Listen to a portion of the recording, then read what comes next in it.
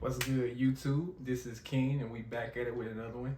This is Next Gen Combat Sports TV, and we are 3 days away from the anticipated fight between Naoya Inoue and Stephen Fulton. And you know what's a big fight without a little bit of controversy? So, and what I'm referring to is besides the PED allegations that Sean Zittle has spoken about, but you know that's another video. So apparently Stephen Fulton's coach and his team, they are requesting that in no way do not double stack his gloves, which is basically a wrapping technique that apparently makes you it makes your fists harder or makes your hands harder or some sort. And I think that first I just want to say that I am a Naoya Inoue fan, so anything I will say can be taken as fanboying, if you want to say it, or it's gonna have a sense of biasness to it.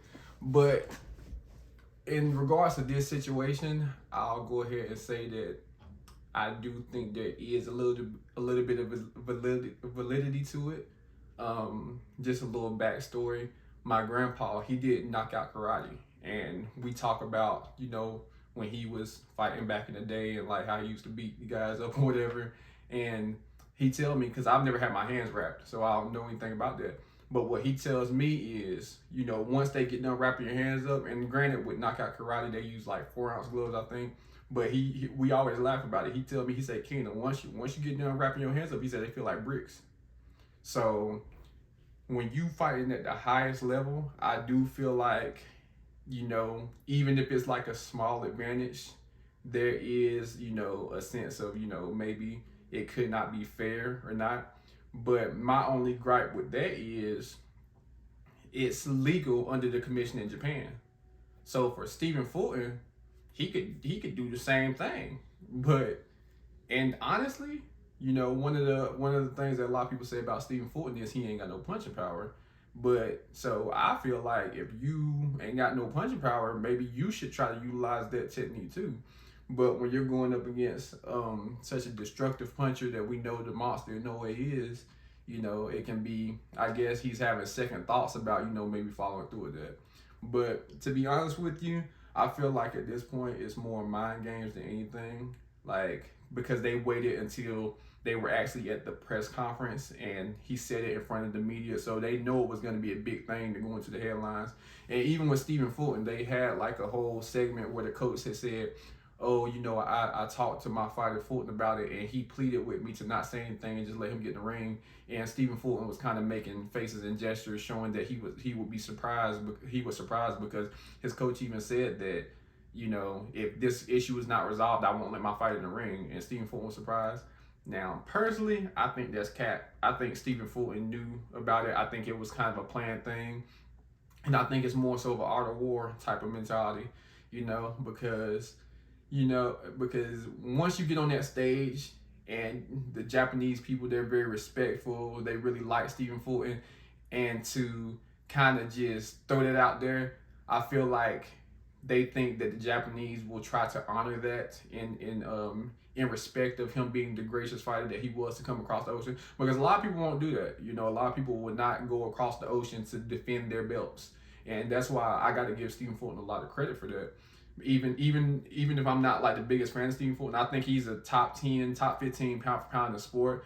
But I'm not big on his style, and I get it, boxing, the purest, the sweet science, all that good stuff. But my favorite style is like a boxer puncher. So in no way, his style is like the style I like to see. I like fighters who can hurt people, which is kind of crazy to say, because but that's what we like. You want to see the destructive knockouts. You want to see the sweet setups. You want to see, the come from behind victories where somebody might be down on the scorecards and they end up, getting a big knockout. And that's the great equalizer. That's what they always say, the power of the equalizer. So, at this point, I think that Inoue and Fulton, I think the fight will still go on. And I think that I'm not sure if they'll comply because, under the commission, they say it's legal and Stephen Fulton can do the same thing. And another thing I want to point out, this whole phenomenon is kind of just a representation of how Americans feel like everyone should accommodate to them. like even going beyond sports, even in the political realm, but that's a whole nother story. But I just wanted to make another point that John Rail Casimiro, everybody was making a big deal about Inoue fighting Paul Butler. Well, the reason he fought Paul Butler for Undisputed is because John Rail Casimiro had the last belt that Inoue was looking for, but when he was over in Britain, he was using the sauna to cut weight. And over in Britain, you're not allowed to do that. If you get caught doing that, you get stripped of your title. So he got stripped and they gave the belt to Paul Butler. Now, I know you can say, oh, well, that's not the same thing because, when you're dealing with stacked gloves, you can actually hurt somebody. So that's actually the advantage in sport. But think about it.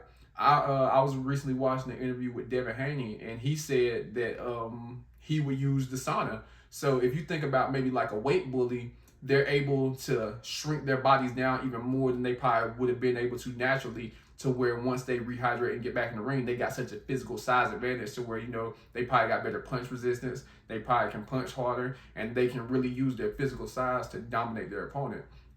So in that aspect, that's up to the commission to see who's able to do that. So that's just like a little excerpt I wanted to point out to people and to show you, like, wherever you're at, you have to accommodate to their rules and regulations. And it's not cheating.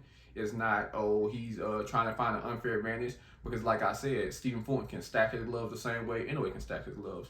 But like I said, what's a good fight without some controversy? And now that that's out in the open, no matter how Inoue wins, if he does win, I'm not saying he's going to win, but I think he will win. According to my speculations, and just stay tuned because later today I'll probably be releasing a full breakdown video and how I think their skill sets and styles will match up with each other. But like I said, Inoue can do the same. I mean, Fulton can do the same thing Inoue can. So regardless of who wins and what fashion, there's probably now more so going to be a lot of controversy around it. But that's all I had today. I appreciate everybody for watching. My last video, it was like one of the first videos I posted. I think it's got almost 200 views. I got some likes. I think I got an extra subscriber too. So I really appreciate everybody. And, like, share, and subscribe. And I will see y'all in the next one. Peace.